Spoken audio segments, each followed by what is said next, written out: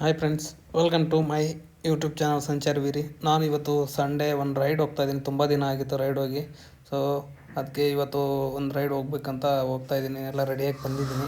ತಮ್ಲೈನಲ್ಲಿ ನೀವು ನೋಡಿರ್ತೀರ ಎಲ್ಲಿಗೆ ಅಂತ ಎಲ್ಲ ಗೊತ್ತಿರುತ್ತೆ. ಇವಾಗ ನಾನು ನೈಸ್ ರೋಡ್ ಮೇಲೆ ಇದ್ದೀನಿ. ಟೋಲ್ ದಾಟ್ಬಿಟ್ಟು ನಿಂತಿದ್ದೀನಿ. ಸೊ ನೈಸ್ ರೋಡ್ ಟೋಲ್ ಎಷ್ಟು ಕಾಸ್ಟ್ಲಿ ಅಂದರೆ, ಇಲ್ಲಿಂದ ಎಲೆಕ್ಟ್ರಾನಿಕ್ ಸಿಟಿಯಿಂದ ಮೈಸೂರು ರೋಡ್ಗೆ 60 ರೂಪೀಸ್ ಟೋಲ್ ಬೈಕಿಗೆ.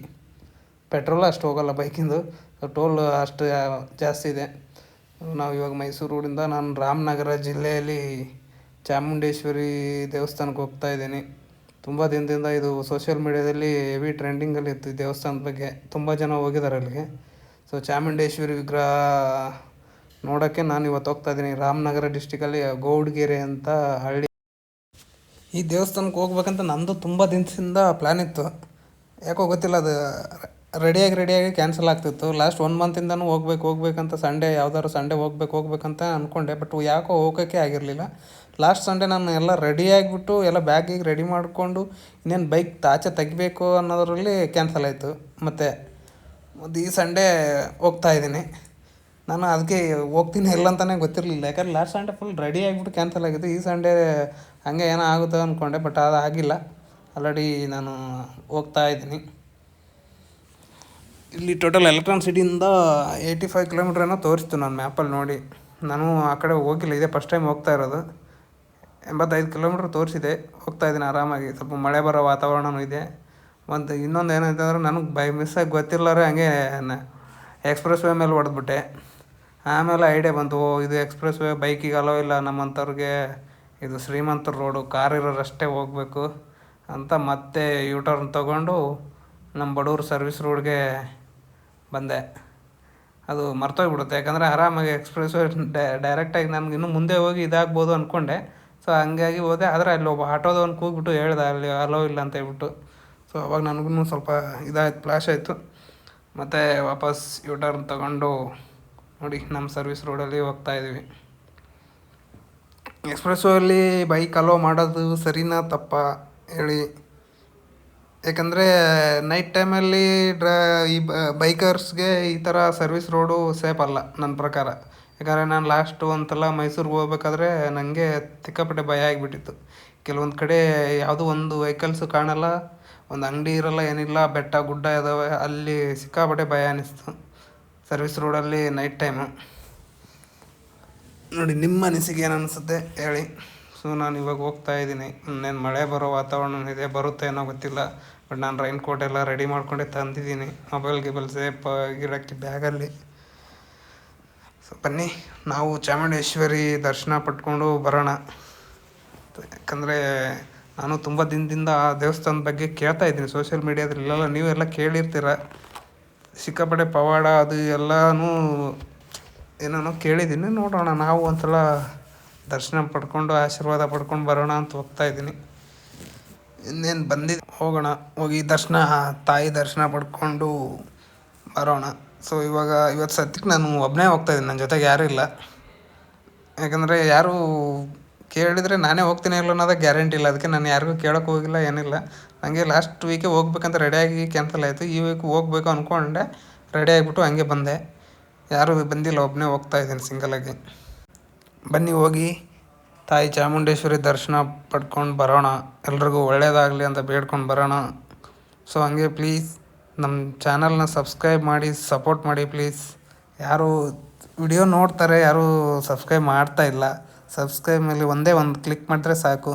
ಅದಕ್ಕೇನು ದುಡ್ಡು ಗಿಡ್ಡು ಏನಿಲ್ಲ, ಫ್ರೀ ಇದೆ. ಪ್ಲೀಸ್ ಸಪೋರ್ಟ್ ಮಾಡಿ. ಮಾಡ್ತೀರಾ ಅಂದ್ಕೊಂಡಿದ್ದೀನಿ. ಬನ್ನಿ, ನಿಮಗೆಲ್ಲ ತಾಯಿ ಚಾಮುಂಡೇಶ್ವರಿನ ತೋರಿಸ್ತೀನಿ, ದರ್ಶನ ಮಾಡಿಸ್ತೀನಿ. ಇದು KSRTC ಒಳ್ಳೆ ಸ್ಪೋರ್ಟ್ಸ್ ಕಾರ್ ಹೋದಂಗೆ ಹೋಗುತ್ತೆ ಬಸ್ಸಿಗೆ. ನನಗೆ ಈ ಸರ್ವಿಸ್ ರೋಡಲ್ಲಿ ನಮ್ಮ ಬೈಕಲ್ಲಿ ಹೋಗೋಕ್ಕೆ ಭಯ ಆಗ್ತಾಯಿತ್ತು, ಆ ಕಡೆ ಈ ಕಡೆ ಗಾಡಿ ಬರುತ್ತೆ ಅಂತ. ಇಷ್ಟು ದೊಡ್ಡ ಬಸ್ ಹೆಂಗೆ ಓಡಿಸ್ತಾರೋ ಏನೋ, ನನಗಂತೂ ಹೆವಿ ಸಿಕ್ಕಾಪಟ್ಟೆ ಭಯನೇ ಆಯಿತು. ಸಡನ್ನಾಗಿ ಪಕ್ಕದಲ್ಲಿ ಹಂಗೆ ಗಾಡಿನೇ ಬಂದು ಬೈಕ್ನೇ ತಳ್ಳಿದಂಗೆ ಆಗುತ್ತೆ. ನಮ್ಮ ಬೈಕಲ್ಲೇ ಆ ಸರ್ವಿಸ್ ರೋಡಲ್ಲಿ ಹೋಗೋಕ್ಕೆ ಕಷ್ಟ, ಇನ್ನು ಬಸ್ಗಳು ಹೆವಿ ಸ್ಪೀಡ್ ಓಡಿಸ್ತಾರೆ. ಅವ್ರು ಹೆಂಗಾದರೂ ಓಡಿಸ್ತಾರೋ ಗೊತ್ತಾಗ್ತಾಯಿಲ್ಲ. ಸೊ ನಾವು ಇವಾಗ ಹೈವೇ ರೋಡಿಂದ ಈ ಕಡೆ ನಾವು ಗೌಡ್ಗೆರೆ ರೂಟ್ ತೊಗೊಂಡೆ. ಇಲ್ಲಿಂದ ಕರೆಕ್ಟಾಗಿ 15 ಕಿಲೋಮೀಟ್ರ್ ತೋರಿಸ್ತಾ ಇದೆ. ಇಲ್ಲಿಂದ ನಂಗೆ ಮ್ಯಾಪು ಅವಶ್ಯಕತೆ ಇದೆ, ಯಾಕಂದರೆ ಅಲ್ಲಿವರೆಗೂ ನಂಗೆ ಗೊತ್ತಿತ್ತು.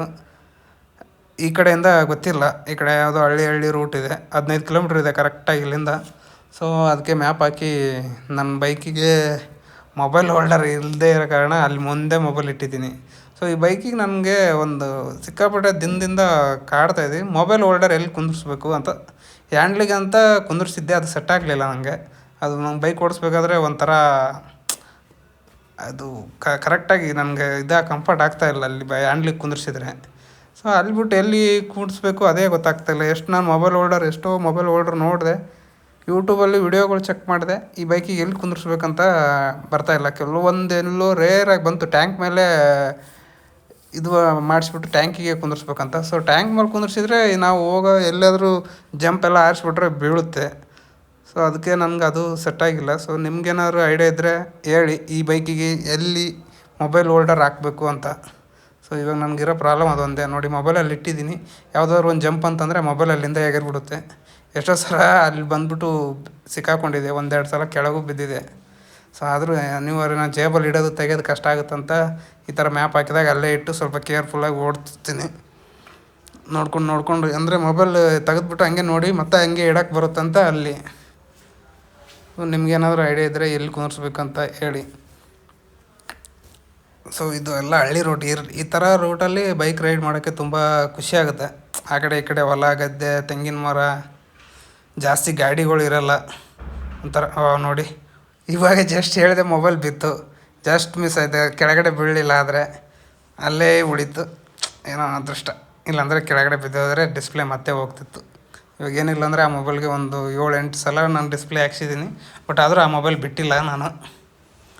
ಅದೇನೋ ಸೆಂಟಿಮೆಂಟ್ ಅಂತ ಅಂದ್ಕೊಂಡಿದ್ದೀನಿ. ಒಂದು 7-8 ಸಲ ಡಿಸ್ಪ್ಲೇ ಹಾಕ್ಸಿದ್ದೀನಿ ಅದಕ್ಕೆ. ಆ ಡಿಸ್ಪ್ಲೇ ಹಾಕ್ಸೋ ದುಡ್ಡಲ್ಲಿ ಒಂದು ಮೊಬೈಲೇ ಬಂದುಬಿಡ್ತಿತ್ತು. ಸೊ ಆದರೂ ಇದೇ ಮೊಬೈಲ್ ಈಗ ಮತ್ತೆ ಹೋಗಿದೆ, ಹಾಕ್ಸ್ಬೇಕು. ಇವಾಗ ಮತ್ತೆ ಫುಲ್ ಹೋಗ್ತಿತ್ತು, ಏನೋ ಸೇವ್ ಆಯಿತು. ಸೊ ನೋಡಿ, ಈ ಥರ ತೆಂಗಿನ ಮರದ ಮಧ್ಯೆ ಬೈಕಲ್ಲಿ ಹೋಗೋಕ್ಕೆ ಖುಷಿಯಾಗುತ್ತೆ.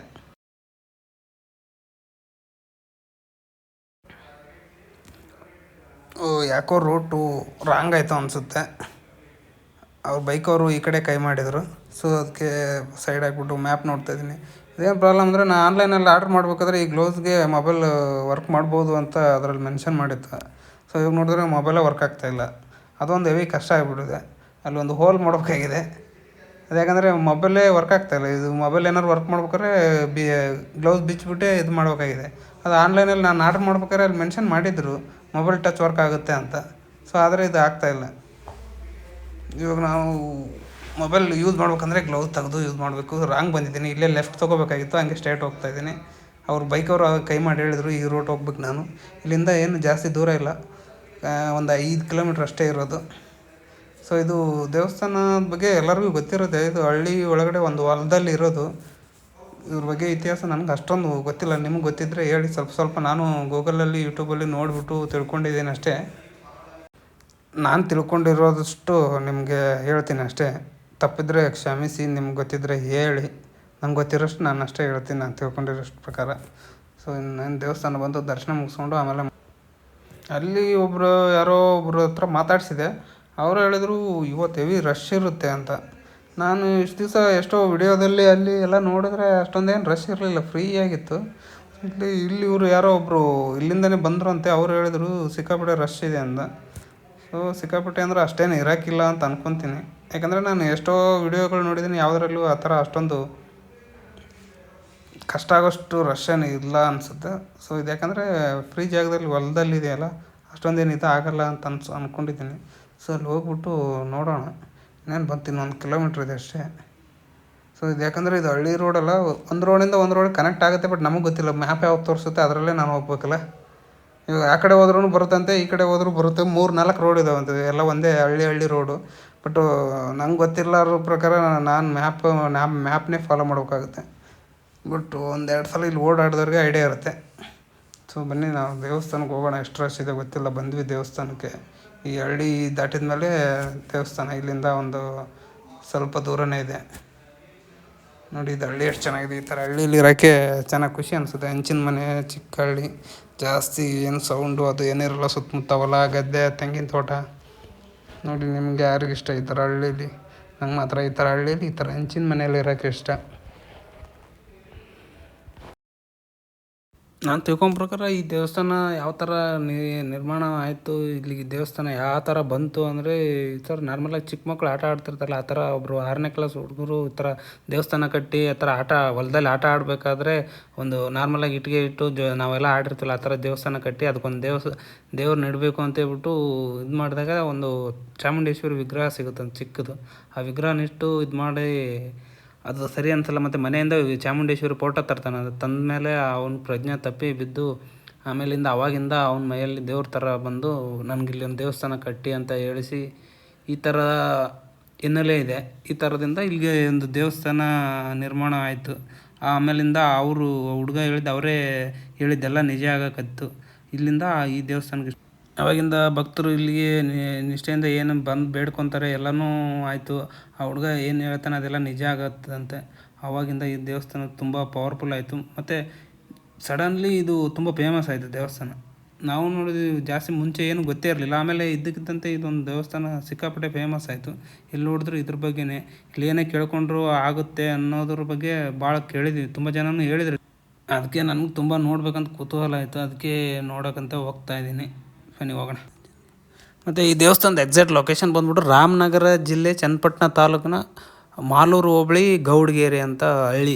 ಆ ಹಳ್ಳಿಯಲ್ಲಿ ಒಂದು ಹೊಲದಲ್ಲಿ ಈ ದೇವಸ್ಥಾನ ಇದೆ. ಸೊ ಮ್ಯಾಪಲ್ಲಿ ಚಾಮುಂಡೇಶ್ವರಿ ಟೆಂಪಲ್ ಗೌಡ್ಗೆರೆ ಅಂತ ಹೊಡೆದ್ರು ಬರುತ್ತೆ, ರಾಮನಗರ ಅಂತ ಹೊಡೆದ್ರು ಬರುತ್ತೆ, ಗೌಡ್ಗೆರೆ ಟೆಂಪಲ್ ಅಂತ ಹೊಡೆದ್ರು ಇದೇ ತೋರಿಸುತ್ತೆ. ಕರೆಕ್ಟಾಗಿ ನಮ್ಮ ಬೆಂಗಳೂರು ಎಲೆಕ್ಟ್ರಾನಿಕ್ ಸಿಟಿಯಿಂದ 85 ಕಿಲೋಮೀಟ್ರ್ ತೋರಿಸ್ತು ನನಗೆ, ನೈಸ್ ರೋಡ್ ಮೇಲೆ. ಸೊ ನಿಮಗೂ ಬರ್ಬೇಕನ್ಸಿದ್ರೆ ಆರಾಮಾಗಿ ಬಂದು ಹೋಗಿ. ಒಂದು ದಿವ್ಸದಲ್ಲಿ ಬೆಳಗ್ಗೆ ಬಂದು ಆರಾಮಾಗಿ ದರ್ಶನ ಮಾಡಿಕೊಂಡು ಸಾಯಂಕಾಲ ವಾಪಸ್ ಹೋಗ್ಬಿಡ್ಬೋದು. ಸೊ ನಾನು ಇವಾಗ ದೇವಸ್ಥಾನ ರೀಚ್ ಆದೆ. ನೋಡಿ ಕ್ರೌಡ್ ಹೆಂಗಿದೆ. ನಾನು ಅಂದ್ಕೊಂಡಿದ್ದೆ ಬೇರೆ, ಇಲ್ಲಿರೋದೇ ಬೇರೆ. ನಾನು ಇದರಲ್ಲಿರೋ ಒಂದು 30% ಜನನೂ ಇರ್ತಾರೆ ಅಂದ್ಕೊಂಡಿರಲಿಲ್ಲ. ಅಂದರೆ ಅವ್ರು ರಶ್ ಅಂತ ಹೇಳಿದ್ರಲ್ಲ, ಆ ರಶ್ ಅಂದರೆ ಇದರಲ್ಲಿ ಒಂದು 30% ಜನ ಇರ್ಬೋದು, ಅಷ್ಟು ರಶ್ ಅಂದ್ಕೊಂಡಿದ್ದೆ. ಇದು ನೋಡಿದ್ರೆ ಕ್ಯೂ ನೋಡಿ ಎಲ್ಲಿದೆ. ಅಲ್ಲಿರೋ ಅವ್ರು ಮಾಡಿರೋ ಇದು ಲೈನ್ ಇರುತ್ತಲ್ಲ, ಆ ಲೈನ್ ಎಲ್ಲ ದಾಟ್ಬಿಟ್ಟು ಎಲ್ಲೋ ಹೊಲ ಗದ್ದೆಯಲ್ಲಿ ರೋಡಲ್ಲಿ ಹೋಗಿ ನಿಂತಿದೆ. ಸೊ ಅಲ್ಲಿಂದ ನಾನು ಮತ್ತೇನು ಫಸ್ಟ್ ಟೈಮ್ ಬಂದಿದ್ದೀನಿ, ಇನ್ನೇನು ಮಾಡೋಕ್ಕಾಗಲ್ಲ, ದರ್ಶನ ಮಾಡಲೇಬೇಕು ಹತ್ರ ಹೋಗಿ ಅಂತ. ಅದೆಷ್ಟೇ ದೂರ ಇದ್ದರೂ ಕ್ಯೂ ಹಚ್ಚಿ ನಿಂತಿದ್ದೀನಿ. ಒಂದು 3 ಅವರ್ ಆದಮೇಲೆ ನಮ್ಮದು ಬಂತು. ಸೊ ಇಲ್ಲಿ ದೇವಸ್ಥಾನದೊಳಗಿಂದ ಇಲ್ಲಿ ಬಂದೆ. ನೋಡಿ ಇಷ್ಟೊಂದು ಜನ ಇದ್ದಾರೆ ಕ್ಯೂ ಅಲ್ಲಿ. 3 ಅವರ್ ಆಯಿತು ಬರೋಕ್ಕೆ, ಅಷ್ಟು ದೊಡ್ಡ ಕ್ಯೂ ಇತ್ತು. ಸೊ ಇನ್ನೇನು ಮೇಲುಗಡೆ ಹೋಗ್ಬಿಟ್ಟು ತಾಯಿ ಪಾದದ ಹತ್ರ ದರ್ಶನ ಮಾಡೋಕೆ. ನೋಡಿ ಇಲ್ಲಿ ಹಾಕಿದಾರಲ್ಲ, ಇದೆಲ್ಲ ಉಪ್ಪು. ನಾನು ರೈಸ್ ಅಂದ್ಕೊಂಡೆ, ಅಷ್ಟು ದೂರದಿಂದ ಬಂದು ಏನು ಅಂದ್ಕೊಂಡೆ, ರೈಸ್ ಏನಕ್ಕಪ್ಪ ಈ ಥರ ನೆಲದಲ್ಲಿ ಇಷ್ಟು ಹಾಕಿದ್ದಾರೆ, ಇದನ್ನೇ ಪ್ರಸಾದ ಅಂತ ಕೊಡ್ಬೋದಿತ್ತಲ್ಲ ಅಂತ ಅನ್ನಿಸ್ತು ದೂರದಿಂದ. ಬಟ್ ಇಲ್ಲಿ ಬಂದು ನೋಡಿದ್ರೆ ಇದು ರೈಸ್ ಅಲ್ಲ, ಉಪ್ಪು. ಏನು ಹರಕೆ ಹೊತ್ತಿರೋರು ತಂದು ಹಾಕ್ತಾರನೋ ಗೊತ್ತಿಲ್ಲ. ಸೊ ಉಪ್ಪು ಮಾತ್ರ ರಾಶಿ ರಾಶಿ ಹಾಕಿದ್ದಾರೆ. ಮತ್ತು ಫುಲ್ ಎಲ್ಲ ತೆಂಗಿನಕಾಯಿ ಕಟ್ತಾರೆ ಈ ಕಡೆ. ನೋಡಿ ತೆಂಗಿನಕಾಯಿಗಳು ಹೆಂಗೆ ಕಟ್ಟಿದ್ದಾರೆ, ಸುತ್ತ ರಾಶಿ ರಾಶಿ ತೆಂಗಿನಕಾಯಿ ಇದ್ದಾವೆ, ಲೆಕ್ಕನೇ ಇಲ್ಲ. ಇದನ್ನೇನು ಮತ್ತೆ ಬಿಚ್ಚಲ್ಲಿ ಹಾಕಿದ್ದಾರೆ ಅನಿಸುತ್ತೆ. ಆ ಕಡೆ ಹಿಂದ್ಗಡೆ ಒಂದು ದೊಡ್ಡ ಗುಂಪು ಲೋಡ್ ಥರನೇ ಹಾಕಿದ್ದಾರೆ, ದೊಡ್ಡ ಗುಡ್ಡೆ ಹಾಕಿದ್ದಾರೆ. ಅದನ್ನ ಆಮೇಲೆ ತೋರಿಸ್ತೀನಿ. ಸೊ ನೋಡಿ ಹತ್ರ ಬಂದೆ ದೇವಸ್ಥಾನ. ಇದು ಪಂಚಲೋಹದ ವಿಗ್ರಹ ಅಂತೆ. ಸೊ ನನಗೆ ತುಂಬ ಖುಷಿ ಆಯಿತು ನೋಡಿ, ಒಂಥರ ಏನೋ ಬೇರೆ ವೈಬ್ಸ್ ಬಂತು. ನೋಡಿ ಇಲ್ಲೆಲ್ಲ ಕಾಯಿ ಕಟ್ತಾ ಇದ್ದಾರಲ್ಲ, ಇದೆಲ್ಲ ಹರಕೆ ಹೊತ್ತವರು ಈ ಥರ ವಾರ ಬಂದು ಕಾಯಿ ಕಟ್ಟಿದರೆ ಅವ್ರು ಏನು ಅನ್ಕೊತಾರೆ ಅದೆಲ್ಲ ಆಗುತ್ತೆ ಅಂತ ಇಲ್ಲಿ ಅವ್ರು ಹೇಳ್ತಾರೆ. ನೋಡಿ ಇಲ್ಲೆಲ್ಲ ಕಟ್ಟಿರೋ ಕಾಯಿನ ಆಮೇಲೆ ಫುಲ್ ಆದಮೇಲೆ ತೆಗೆದು ಅಲ್ಲಿ ಹಾಕಿದ್ದಾರೆ. ಸೊ ಇದು ಬಸವಣ್ಣ. ನಾನು ಇದೇ ಫಸ್ಟ್ ಟೈಮ್ ನೋಡಿರೋದು, ಖುಷಿ ಆಯಿತು.